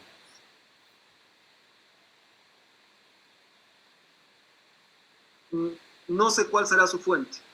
La verdad, yo nunca he leído nada parecido. Lo que sí sucedió fue que en 1934, y solamente en 1934, se recurrió a agarrar a población indígena para llevarlos como a la guerra del Chaco en el altiplano y también en los valles bolivianos. Pero eso sucedió en 1934 y no sucedió con adolescentes ni con niños, sucedió con personas adultas. De hecho, inclusive hay los reclamos de parte de las minas, de las empresas mineras, y hay también reclamos en propiedades por el hecho de que los trabajadores han sido tomados y han sido llevados al campo de batalla. Eso va a cambiar, como dije ya en la exposición en 1935, cuando en el llamamiento general la población indígena acude de manera voluntaria e inclusive sus comunidades, como se ha dicho aquí mismo en una exposición antes de ayer, en este mismo espacio, inclusive las poblaciones llevaban alimentos y llevaban vituallas para el ejército. Entonces el cambio es radical y la participación es voluntaria.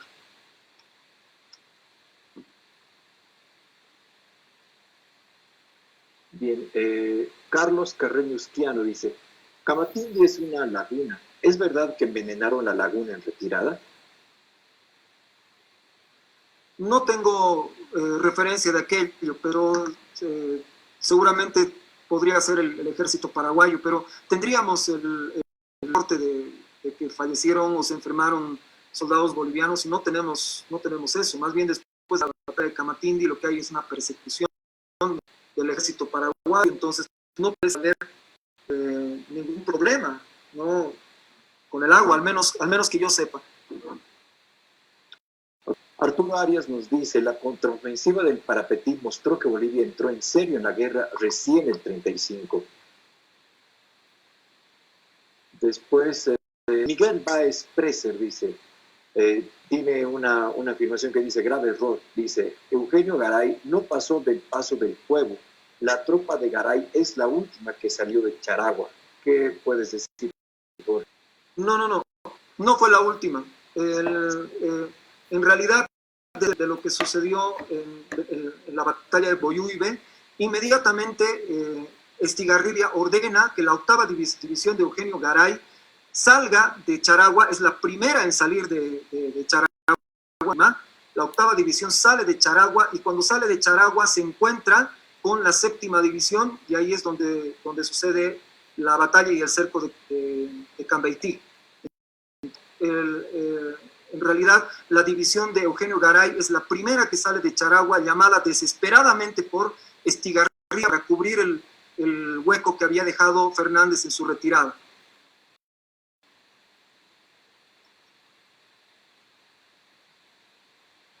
Ya, estamos revisando son varias preguntas que han llegado a los diferentes grupos. En realidad, Oscar Azcárraga nos dice, si en 40 días el ejército paraguayo retrocedió más de 100 kilómetros, de no haberse dado el alto al fuego hubiera sido posible que el ejército boliviano continúe presionando y ganando territorio, más aún cuando el ejército paraguayo estaba prácticamente en las últimas.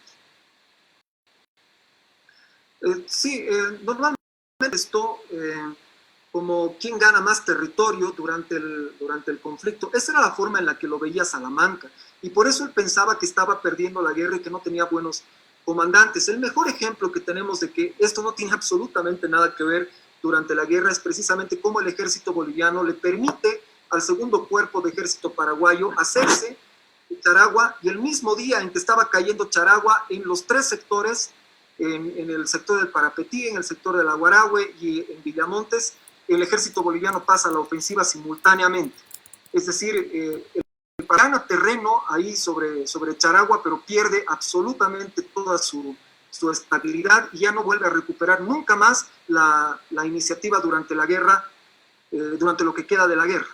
Entonces, lo que yo pienso es que en las posiciones en las que se encontraban en ese momento, Mandeyapecua, cerca de Villamontes, el ejército paraguayo pudo haber sido sujetado, aferrado en ese lugar y derrotado ahí mismo, sin necesidad de ir ganando territorio, sino que el ganar territorio sea una consecuencia de ganar la guerra. La guerra se podía haber ganado delante de Villamontes, delante de Mandeyapecua, delante de Huirapitindi, ahí, en nuestro territorio, en nuestro terreno.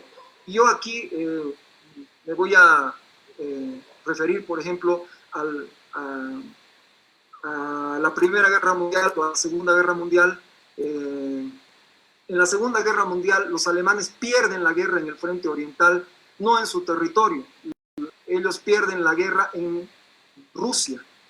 Es ahí donde pierden, es ahí donde se los aferra, donde se los hace sufrir el invierno, el mismo invierno que habían sufrido las tropas napoleónicas. Es dentro de tu territorio donde tienes la mayor oportunidad de derrotar al enemigo.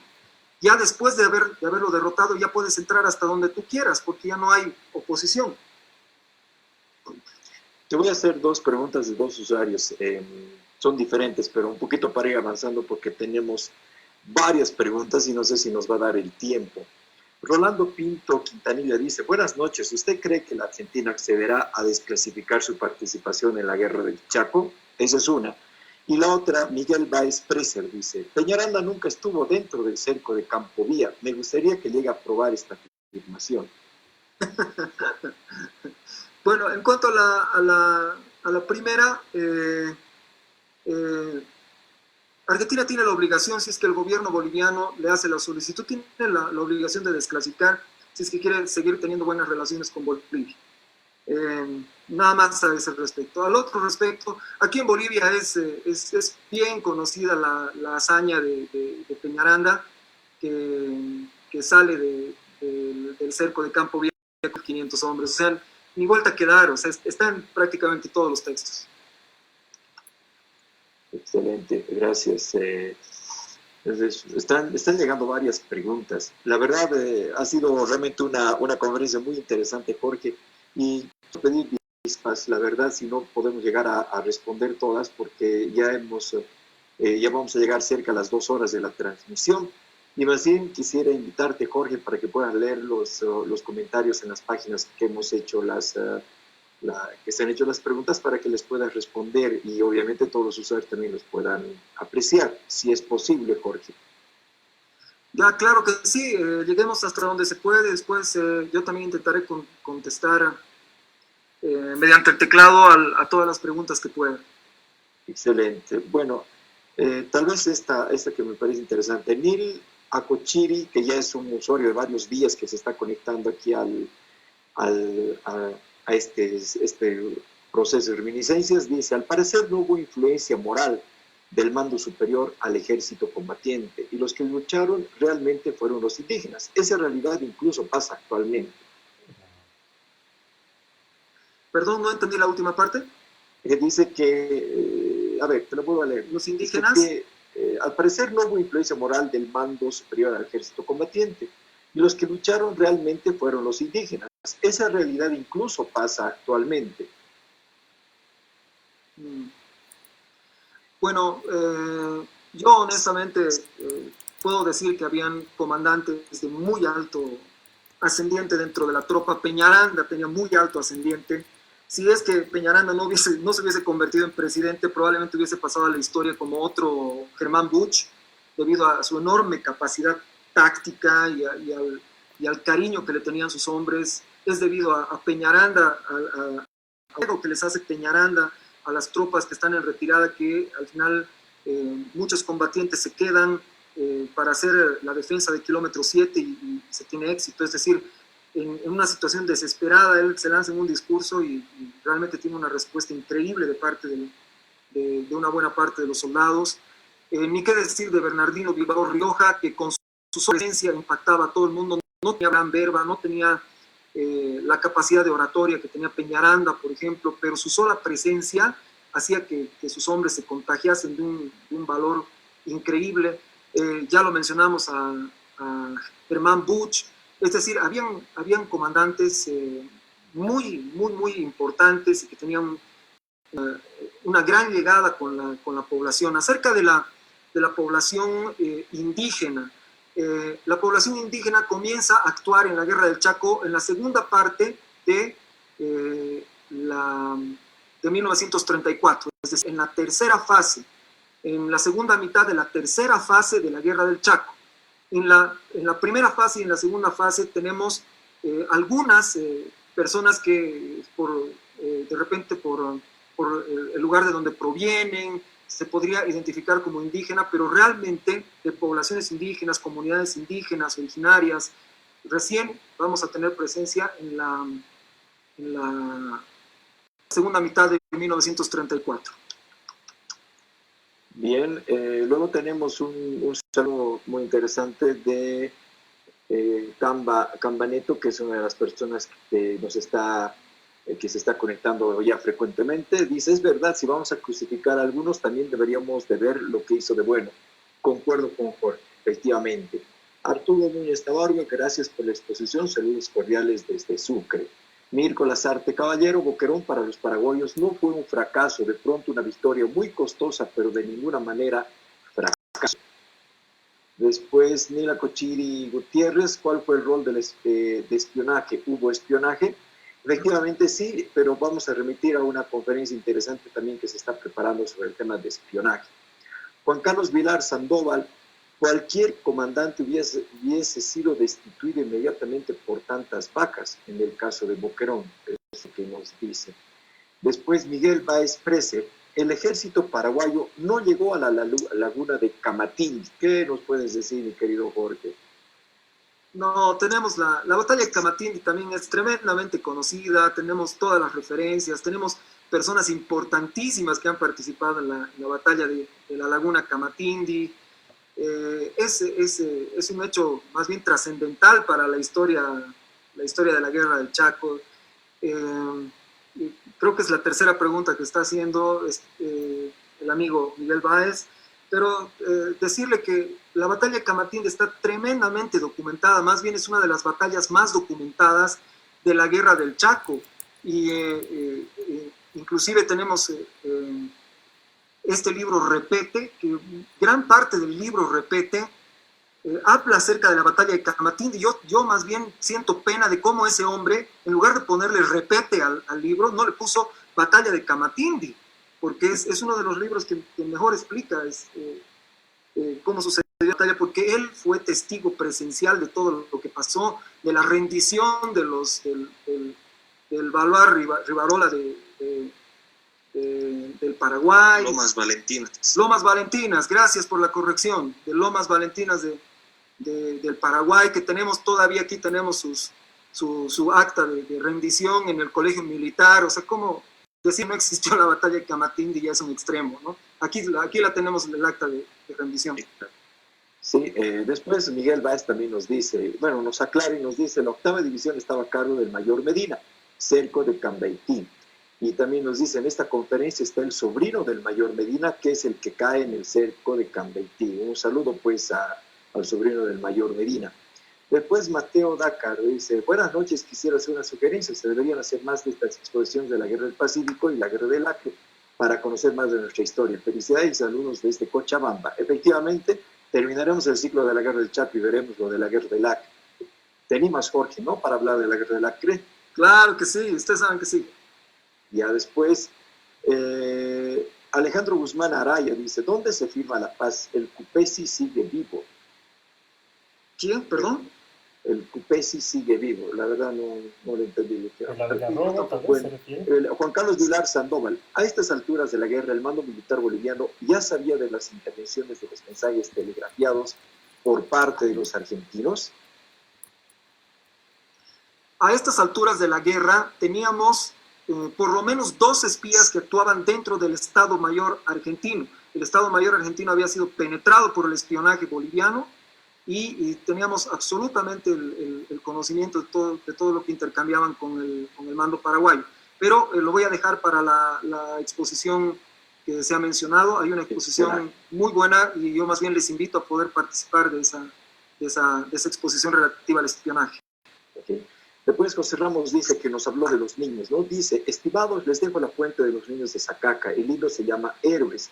El autor es Jaime Aduana Quintana. Su celular, bueno, aquí lo está especificando el celular, y también el correo electrónico. Se imprimió el 2010 en talleres gráficos Quipos.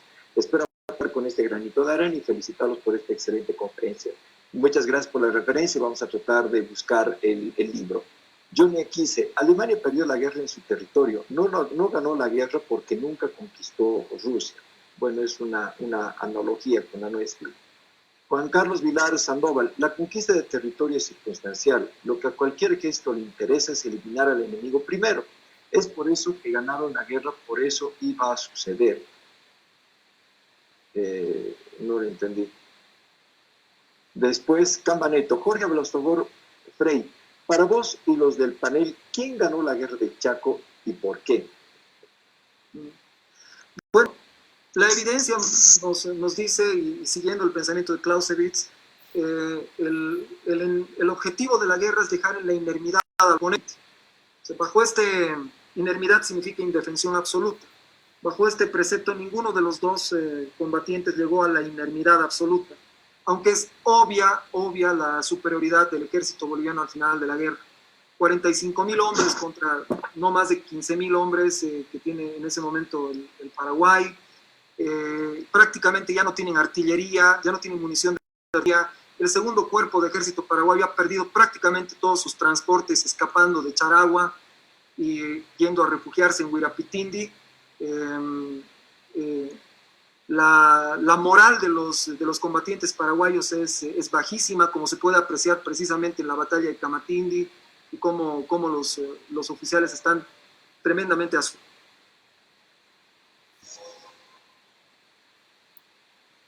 Se cayó nuestro querido amigo Jorge. Sí, hemos perdido la conexión con él. Bien, de todas maneras, bueno, lamentablemente ha debido haber alguna situación de corte, pero bueno, con esto vamos a concluir la transmisión. Voy a agradecer a todas las personas que nos han dejado sus comentarios, sus mensajes en las diferentes páginas en las cuales hemos hecho esta transmisión. Agradecer particularmente a nuestro buen amigo Diego Castro, con quien estamos organizando este proceso en la transmisión, a Juan Alberto Quiroz, que en realidad con todo el proceso de coordinación nos está ayudando justamente para hacer este proceso, ¿no? Y en realidad invitarlos en esta semana todavía para todo el ciclo de conferencias que tenemos hasta la siguiente semana. Diego, adelante. Bueno, sí, invitarlos a la conferencia que va a realizar el día de mañana el expositor Horacio Aguirre, con el tema Diario de Campaña Inédito de Miguel Ocampo Brum. Entonces, muchas gracias por haber asistido a esta conferencia y los esperamos mañana. Juan Alberto, tus palabras. Bien, primero agradecer a Jorge, seguramente va a ver esto después, pero muy buena la exposición, excelente. Y bien, solo reiterar la invitación para el día de mañana. Y para los que tal vez no sepan quién fue Miguel Ocampo Brum, fue un mayor que estuvo justamente en la defensa y en la batalla de Villamontes. Entonces va a ser una charla muy esperada, ¿no?, por algunos de nosotros. Está bien, bien compañeros, yo les agradezco mucho, la verdad es un trabajo realmente interesante que estamos iniciando hace ya más de una semana y vamos a invitarles para el día de mañana, como lo ha hecho Juan, justamente por una conferencia muy